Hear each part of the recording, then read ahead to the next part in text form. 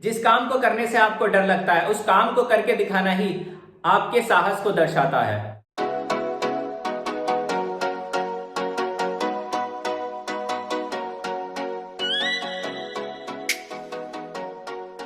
जय हिंद साथियों, Kohli this side. स्वागत है आपका मेरे चैनल कोहली जॉब्स इन्फो में। तो कैसे हो आप सभी भाई और बहन।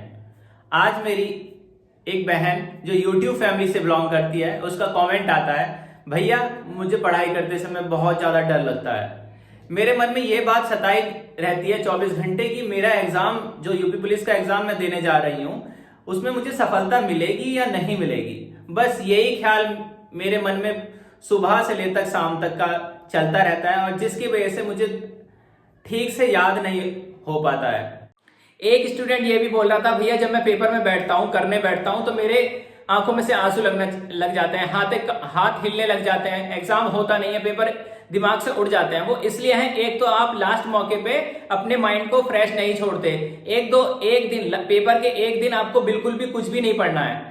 अगर आप उस दिन पढ़ते हो तो आपके दिमाग से सब कुछ निकल जाएगा। आपको पूरा माइंड को फ्रेश रखना है। ये दिमाग में नहीं सोचना कि यार मैं लास्ट मौके पे रिवीजन नहीं करूंगा तो मुझे कुछ भी ध्यान नहीं आएगा। और मैं एक गारंटी और कहना चाहता हूं, अगर उस लास्ट मौके पे आप पढ़ते हो और आप आधे से ज्यादा पेपर बिल्कुल भूल जाओगे। इसलिए आपको ये दिमाग में रखना है, एक तो आपको ऐसा सेटिंग करनी है कि मॉक टेस्ट की प्रिपरेशन करनी है लास्ट के 1 महीने पहले।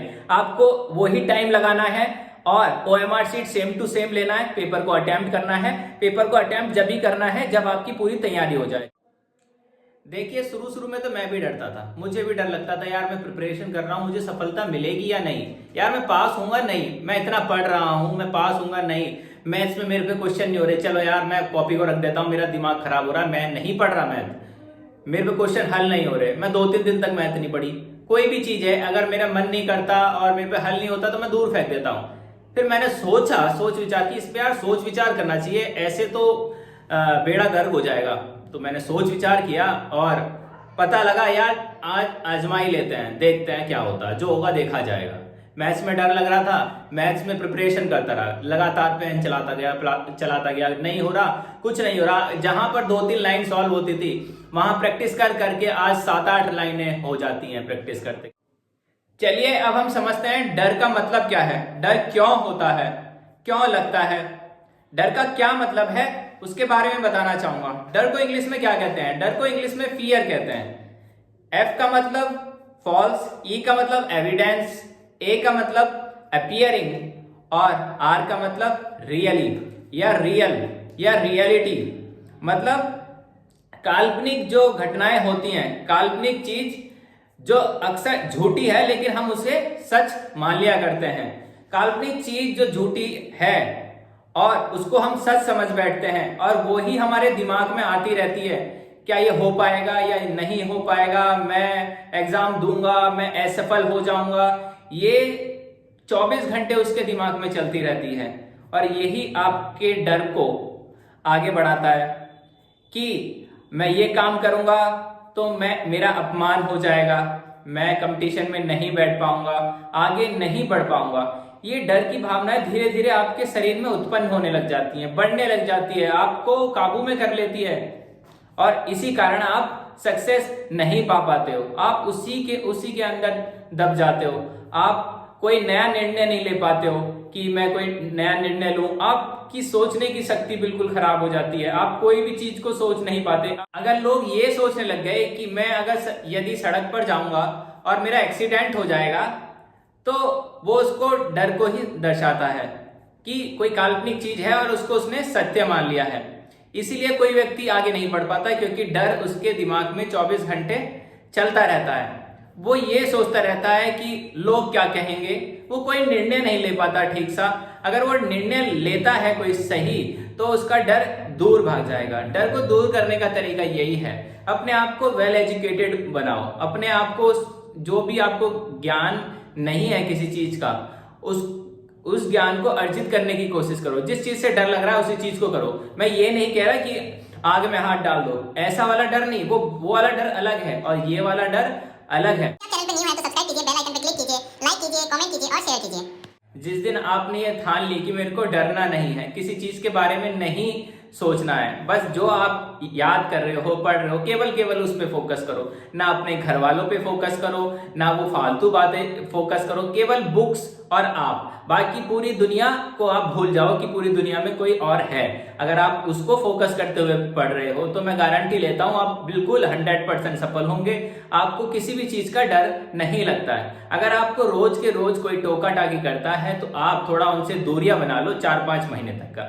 दूरियां बना लो का मतलब ये नहीं है कि आप उनसे रिश्तेदारी तोड़ दो। आप मतलब अगर कोई माता पिता या कुछ भी कोई रिश्तेदार कर रहे हैं, बस चुप रहो। अपना जो पढ़ाई स्टडी है उसके प्रति आप बिल्कुल सच्चे ईमानदार रहो, उसे पढ़ते रहो। फिर अपना रिजल्ट उनके सामने रखो कि आप सक्सेसफुल हो गए हो। जो आपको पहले ताना गाली देते थे वो आज आपको शाबाशी देंगे जी भर के। माता पिता टोका टाकी करते हैं, लेकिन उस टोका टाकी के पीछे उनकी गुस्सेपन की भावना नहीं है। वो आपका खराब बिल्कुल भी नहीं चाहते। कोई भी माता पिता अपने बच्चों का खराब नहीं चाहता है।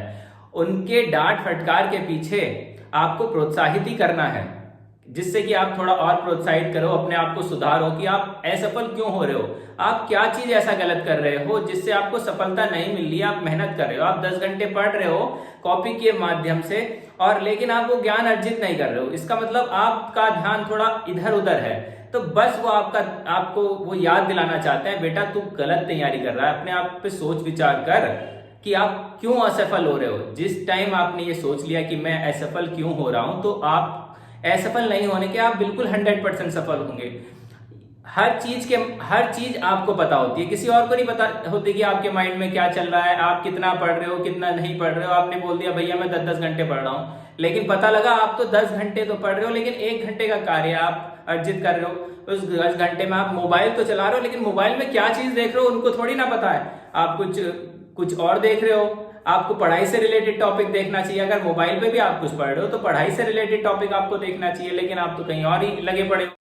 मॉक टेस्ट को कुछ उसी तरीके से लगाना है जैसे आपका जो पेपर है वो एग्जाम में के दिन होना है। मेन 3 घंटे हो, 2 घंटे हो, जितना भी टाइम टेबल उस पर सेट कर लीजिए। उस दौरान कोई नहीं आएगा। ओमैट सीट पे आपके पेन से लिखने तक का पूरा टाइमिंग आप चेक करिए। बिल्कुल दिमाग में कोई भी टेंशन नहीं लीजिए मैं पास होऊंगा या फेल होऊंगा, मेरे नंबर 50 आएंगे। नंबर कोई भी doesn't matter. Number doesn't matter. आपके नंबर कितने आ रहे हैं, कितने नहीं आ रहे हैं। आप अपने आप पर विश्वास रखिए और किसी पे विश्वास नहीं रखिए। आपसे ज्यादा आपको कोई जानता नहीं है। आपकी प्रिपरेशन जहां 50 आ रहे हैं, वो पेपर कैसा सेट कर रहे हैं, आपके दिमाग में क्या मेंटली चल रहा है, वो कोई नहीं जानता। क्या पता आपका वहां मेंटल पावर अलग हो। अपनी पावर, बस अपने आप का ये हौसला बनाए रखिए कि मैं कूल हूं, मैं कुछ नहीं बोलता, मैं ये पेपर फाड़ के रख दूंगा, मैंने सारी प्रिपरेशन करके मैं एक एक क्वेश्चन को हल कर दूंगा। आपकी टेंशन दूर हो जाएगी। अपने मन में बस दोहराने की बात है। जहां आप दोहराते जा रहे हो नेगेटिव थॉट्स, वहीं आप एक बार पॉजिटिव थॉट्स अपने मन में दोहराओ कि मैं तो सबसे अच्छा कर रहा हूं, मेरा लेवल इंक्रीज हो रहा है। कभी आपके 100 आते थे, अगर आपका 120, 130, 140, 50, 200, 300, 250 ऐसे आ रहे हैं, तो इसका मतलब आप इंक्रीज करते जा रहे हो। और कोशिश करने वाले की कभी हार नहीं होती, ये आप ठान लेना, आप जीतोगे जरूर। और पृथ्वी में रहने वाले सभी व्यक्तियों के अंदर इमोशंस होते हैं। कोई रोता है, कोई डरता है, कोई हंसता है और कोई डर जाता है। देखिए, डर की समस्या सभी लोगों के अंदर लगभग रहती है, और वो समस्या जब तक रहती है जब तक आप उस समस्या का हल खुद ना ढूंढ लो, आप उस पर सोच विचार करते नहीं हो।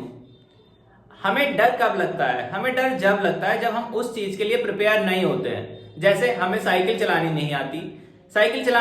नहीं आती और हम सोचते हैं यार अगर हम साइकिल चलाएंगे तो गिर जाएंगे।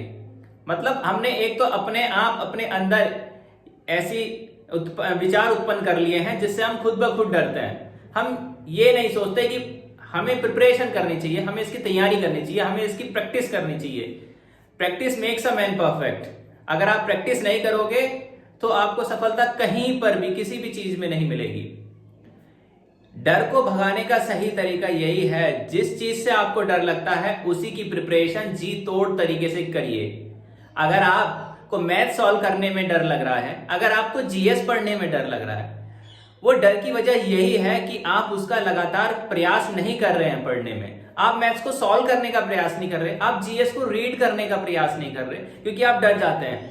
आप जो आपको सब्जेक्ट बेस्ट लगता है उसमें तो आप 4-5 घंटे पढ़ लेते हो, लेकिन जो सब्जेक्ट आपसे हल नहीं होता है अक्सर उससे आप डर के मारे बैठ जाते हो। और ऐसा हो जाता है कई कई दिन कि आप उस सब्जेक्ट को पढ़ते ही नहीं हो क्योंकि वो टफ है, उसे पढ़ने से आपको डर लगता है क्योंकि वो हल होता ही नहीं है। हल वो इसलिए नहीं होता क्योंकि आप उसकी तैयारी उसमें समय भरपूर नहीं दे पाते हैं जितना उसको समय देना चाहिए।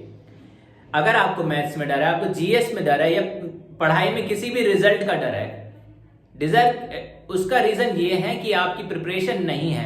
प्रिपरेशन चारों सब्जेक्ट की हो या पर्टिकुलर सब्जेक्ट की हो, आप उसमें लगातार प्रिपरेशन कर लीजिए। आप ये मान लीजिए कि अगर मैंने पूरी बुक को 2-3 बार कर लिया परफेक्टली तो मुझे और पूरा बुक मतलब जो भी मैं पढ़ रही हूँ इसी में से पूरा आना है। ये दिमाग में नहीं सोचना कि भैया बाहर से आएगा, कैसा पेपर आएगा, ये नहीं सोचना। आपको ये सोचना है अगर मैंने ये बुक परफेक्टली कर ली तो पूरा 101% इसी में से पेपर बनेगा।